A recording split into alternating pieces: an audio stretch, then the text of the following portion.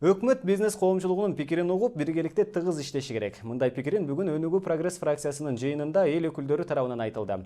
Отурумда салык кодексинин жаңыланган варианты талкууга алынган. Анда кандай өзгөртүү, толуктоолор киргизилген жана ал өлкөнүн экономикасынын өсүшүнө шарт түзө алабы? Алдыдагы материалда. Өкмөт салык кодексине өзгөртүүлөрдү киргизип, коомдук талкууга койгон эле. Ал бир ай бою өкмөттүн интернет баракчасында илинип турат. Андан соң парламенттин кароосуна жөнөтүлөт. Кабардар болгон бизнес коомчулугунун өкүлдөрү долбоорду карап, талкуулап чыгууга убакыт керек экенин билдирип, Өнүгүү Прогресс фракциясына кайрылган. Мындан улам бул маселе күн тартибинде орун алды. Фракция лидери Бакыт Төрөбаевдин билдиришинче, салык кодексинин жаңы редакциясында бир катар мүчүлүштүктөр орун алган. Концепциясы жок экен. Экинчиси АРВ жок экен.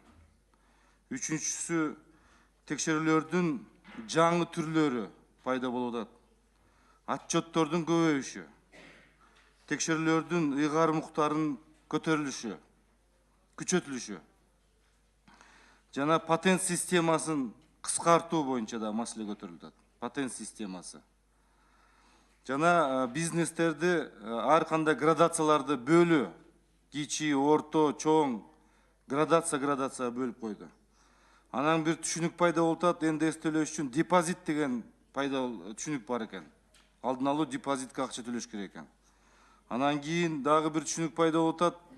НДСти мындай текшерүү багытында НДСти изилдөө жүргүзүш керек экен деген дагы бир түшүнүк пайда болуп атат.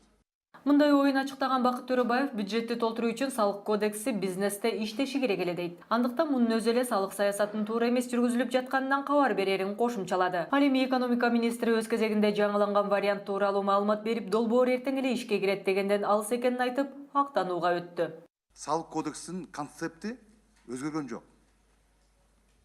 Ал жакта эч кандай салыктын түрлөрү, сандары көйгөн жок. Албетте бул жерде анча-мынча техникалык ачыктыктар кетиптир. Анан кийин ошону 2015-жылы жумушчу топ түзүлүп, бир жылдан ашык ошо жумушчу топ иштеген. Салык кодексине 160тан ашык өзгөртүү киргизилгени турат. Бул мезгил талабы дейт Арзыбек Кочоошев. Мисалы, мурда Кыргызстан Евразэске мүчө эмес эле. Дагы ушул сыяктуу жагдайлар эске алынып жатыптыр. Бирок дагы деле кодексте бири-бирине карама-каршы келген жактар бар экенин эске салган эл өкүлү Исхак Масалиев көмүскө иш жүргүзгөндөрдү ооздуктоого өзгөчө көңүл бурууга чакырды. Бул мыйзамды өтө ыкылдаттык менен карабасаңар, коомчулук ансыз деле акыбал жакшы эмес да. Төлөгөн кишиге, ишкерге салык көтөрүлөт, качып жүргөн төлөбөгөндөр ошондой качып жүрө берет да. Менимче көбүрөөк ушул көмүскө экономикага көңүл бурсаңыздар, андан кийин салык кодексин өзгөртөбүз же салык түрлөрүн өзгөртөбүз деген оюңар пайда болсун да. Ал арада жеке ишканаларды текшерүүгө алганда мыйзам бузуу фактылары аныкталбаса дагы, сол чөнтөккө акча жымыруу күч алганын депутат Алтынбек Жунус уулу билдирип чыкты. Ал дагы жетекчилерибизге беребиз деген шылтоо менен алынат экен. Эң мындай обоснованный сөзү, мен ушул жака уруксат алып атып, мен барып шефтериме беришим керек.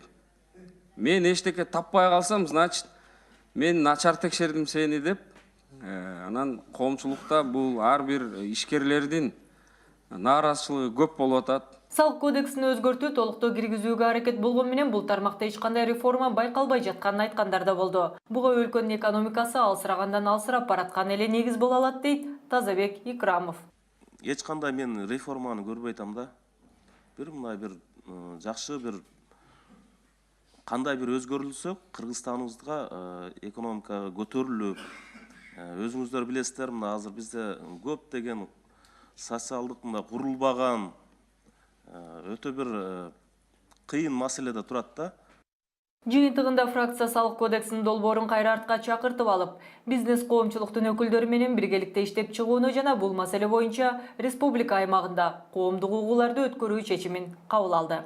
Самара Акылбекова, Бекжан Камзаев, Сентябрь.